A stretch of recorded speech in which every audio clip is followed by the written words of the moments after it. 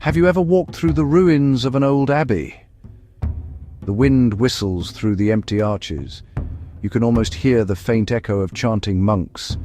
But what if I told you there's more to these places than meets the eye? What if there are secret rooms, hidden away for centuries? These are not just any rooms. They are hidden chapels, tiny pockets of faith tucked away from the world. For years, they remained lost, their stories waiting to be told. Historians and archaeologists sometimes stumble upon them by complete accident. A loose stone, a strange hollow sound behind a wall, or an old map with a mysterious marking can be the key to a remarkable discovery. Imagine the excitement of finding such a place.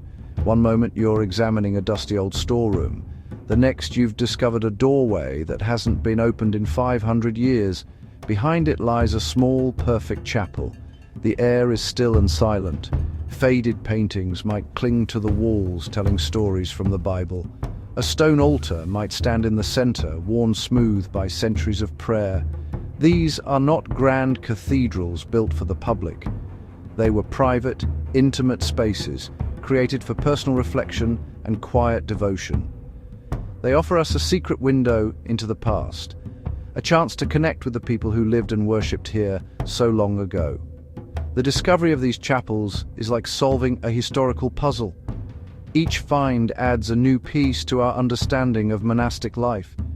Sometimes a crumbling wall reveals a hidden fresco. Other times, a floor collapses to show a crypt chapel below. These moments are incredibly thrilling for historians. They are not just finding old stones, they are rediscovering forgotten worlds. These secret spaces were deliberately concealed. They were meant for the eyes of a chosen few. Uncovering them feels like we've been let in on a very old secret, a whisper from the past that has finally reached our ears. Why were they hidden? The reasons are as varied as the chapels themselves. Perhaps a powerful abbot wanted a private space for his own prayers, away from the disciplined routine of the main church. Or maybe a group of monks needed a secret place to worship during a time of religious conflict or persecution. Some chapels might have been built to house a special relic, a holy object that needed to be protected. Whatever the reason, these hidden spaces were born from a deep need for privacy and spiritual sanctuary. They show us that even within the structured world of a monastery, there was a desire for personal connection with the divine. To understand these secret chapels, we first need to step inside a medieval monastery. Picture a bustling community, almost like a small, self-sufficient town. Monasteries were the spiritual and intellectual powerhouses of their time. They were places of prayer, work, and study. Monks followed a strict daily routine called the Rule of Saint Benedict. Their days were divided into periods of worship, manual labor in the fields or workshops, and the copying of precious manuscripts. Life was structured and communal. Everything, from eating to sleeping to praying, was done together.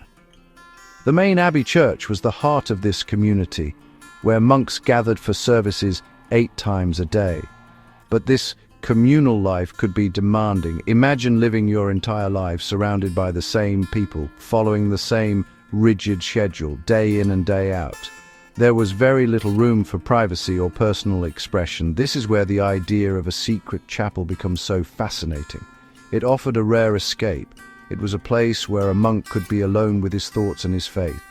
In a world defined by community, these hidden spaces were sanctuaries for the individual soul. They were a quiet rebellion against the constant noise and activity of the monastery, a personal retreat carved out of the stone walls. Why would someone need to build a chapel in secret? Sometimes it was about power and status. A wealthy abbot, who was often a powerful political figure, might have wanted a private oratory. This chapel would be a symbol of his importance, a place where he could meet with important guests or simply pray without the rest of the community. It was a bit like having a private office today, but far more spiritual. He might commission the finest artists to decorate it, creating a small jewel box of art and faith that was for his eyes only. It was a statement of his authority within the monastery walls. Another reason for secrecy was protection. During times of religious turmoil, like the Reformation, monasteries were under threat. Monks who wanted to continue practicing their traditional faith might have built secret chapels to avoid persecution. These spaces became vital for preserving their beliefs. When the main church was no longer safe, they would hide precious relics and religious texts in these concealed rooms, hoping to protect them from destruction. These chapels were not just about personal devotion, they were acts of defiance, built to keep the flame of their faith alive in dangerous times. They were a testament to the monks' courage and commitment. So what did these secret chapels actually look like? They were often tiny, sometimes no bigger than a large cupboard. They were squeezed into forgotten corners of the monastery.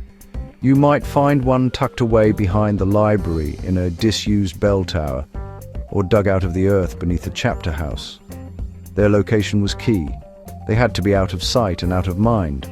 The entrance was often cleverly disguised. It might be a plain wooden panel in a wall of books, a loose flagstone in the floor, or a door hidden behind a heavy tapestry. The monks who built them were masters of concealment. Once inside, the atmosphere would have been completely different from the grand open space of the main church. These chapels were intimate and intensely personal. The decoration was not meant for a large congregation, but for one or two people at most. The focus was on creating a powerful spiritual experience in a small space. The light would often come from a single narrow window, or perhaps only from the flickering glow of candles. This created a sense of mystery and deep contemplation. The silence would have been profound, broken only by the sound of whispered prayers. It was a space designed to help a monk feel a direct and personal connection to God. The artistry within these chapels is often astonishing. Because they were hidden, they were sometimes protected from the destruction and redecoration that many main churches suffered over the centuries. As a result, we can find paintings and carvings that are incredibly well preserved. The walls might be covered in vibrant frescoes depicting scenes from the life of Christ or a local saint. These paintings were not done by just anyone. They were often the work of highly skilled monks or traveling artists hired for the job. The colors, made from ground-up minerals and plants, can still be surprisingly bright after hundreds of years. Every detail was carefully considered. You might find delicate stone carvings around the small altar or along the window frame. Perhaps a series of carved wooden panels would tell a story. Even the ceiling might be painted with stars to look like the night sky. These artistic elements were not just decoration, they were tools for devotion. They gave the monk something to focus on during his prayers. Each image and symbol was rich with meaning, designed to guide the mind towards spiritual thoughts. In these tiny, hidden rooms, art and faith were completely intertwined, creating a powerful and deeply personal sanctuary. Discovering these hidden chapels is like finding a time capsule.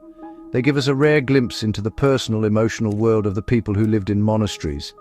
History often tells us about the grand rules and structures of monastic life, but these small spaces tell a different story. They speak of individual faith, of the need for solitude, and of the human desire for a personal connection with the divine. They show us that monks were not just cogs in a machine, they were individuals with their own spiritual needs and anxieties.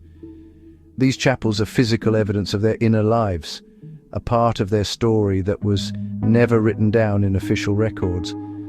The art found within these chapels teaches us a huge amount because they were sealed away. The paintings and carvings are often in much better condition than those in larger churches, and we can see the artistic techniques and styles of the period with incredible clarity. The choice of subjects for the paintings also tells us what was important to the person who used the chapel. Was it a particular saint they felt close to, or a specific story from the Bible that gave them comfort? The art is like a window into their soul, revealing their personal devotions and beliefs. It helps us understand medieval faith on a much more human level. These discoveries also change our understanding of the monastery buildings themselves. They show us that these structures were not static. They were constantly being adapted and changed by the people who lived in them. Finding a hidden chapel proves that there is always more to learn, even about buildings we thought we knew inside and out. It encourages archaeologists and historians to look again, to question old assumptions, and to search for more hidden stories within the stones. Each new discovery reminds us that the past is not a closed book. It is a landscape full of secrets still waiting to be uncovered. Ultimately, exploring these hidden chapels matters because it connects us to the past in a very real and tangible way. When you stand in one of these tiny rooms, you are standing exactly where a monk stood perhaps 700 years ago. You are breathing the same still air and looking at the same images he looked at. It's a powerful experience that bridges the centuries.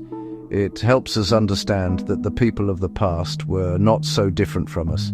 They sought peace, they cherished beauty, and they looked for meaning in their lives. These secret chapels are a beautiful and moving testament to that enduring human spirit.